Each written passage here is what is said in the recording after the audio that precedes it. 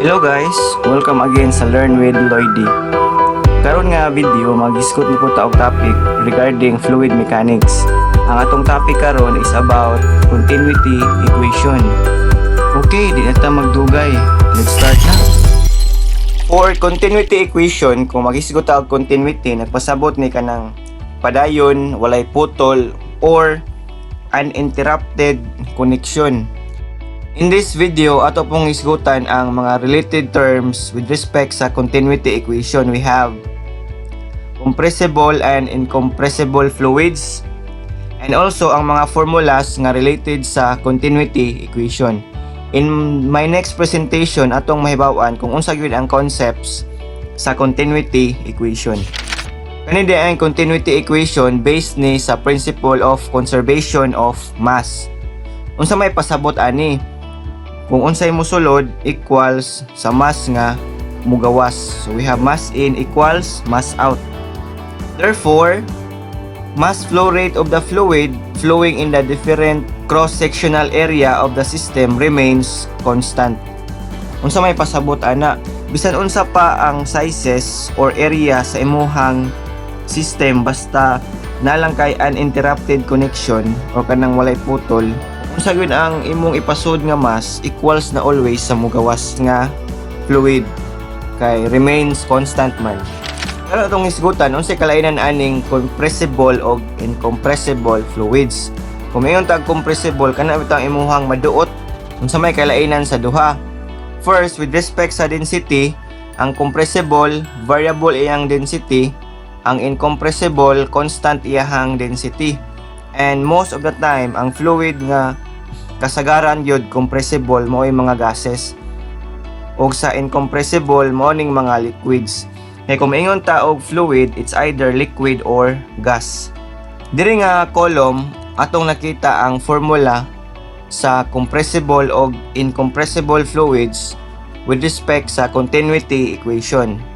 We have this one, density times volume flow rate or discharge equals constant. And for this Q, ato nang ma-change into area times velocity. This one. Now we have this equation, density times velocity times area. We have in equals out. Also for incompressible fluids, we have in equals out. Since constant density man, atong makancel ning rho. We have now our final equation, in equals out. Ang kalainan lang sa compressible o incompressible fluids, diri na ay density, kani wala.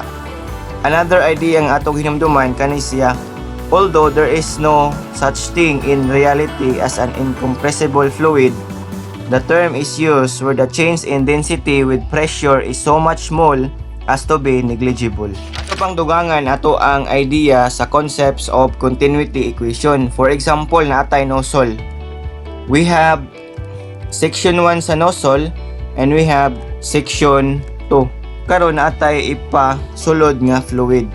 We have this one and also pag flow ani nga fluid mugawas siya diri ang section. So we have mass in and mass out. Unsa pay na existing sa ato ang system. Sa inyong nakita, we have area 1 and area 2. Mas dako ang area 1 kaysa area 2. We have also velocity 1 and density 1 and naapon ni sa imuhang section 2. Therefore, we have mass in equals mass out. Natay M1 equals M2. So, mass in equals mass out. And for compressible fluids, mo ni siya ang equation, and for incompressible fluids, again mo ni ang equation. Karon sa next presentation, what if tulo na ka lahi-lahi nga area ang gamiton sa system? Unsa kaha ang principle ani? Atong tan-awon ang next presentation.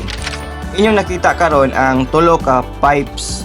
We have pipe 1, 2, and pipe 3. Given ilahang discharge or volume flow rate Q1 to Q3. Pipe 1 na siya velocity, density, and area.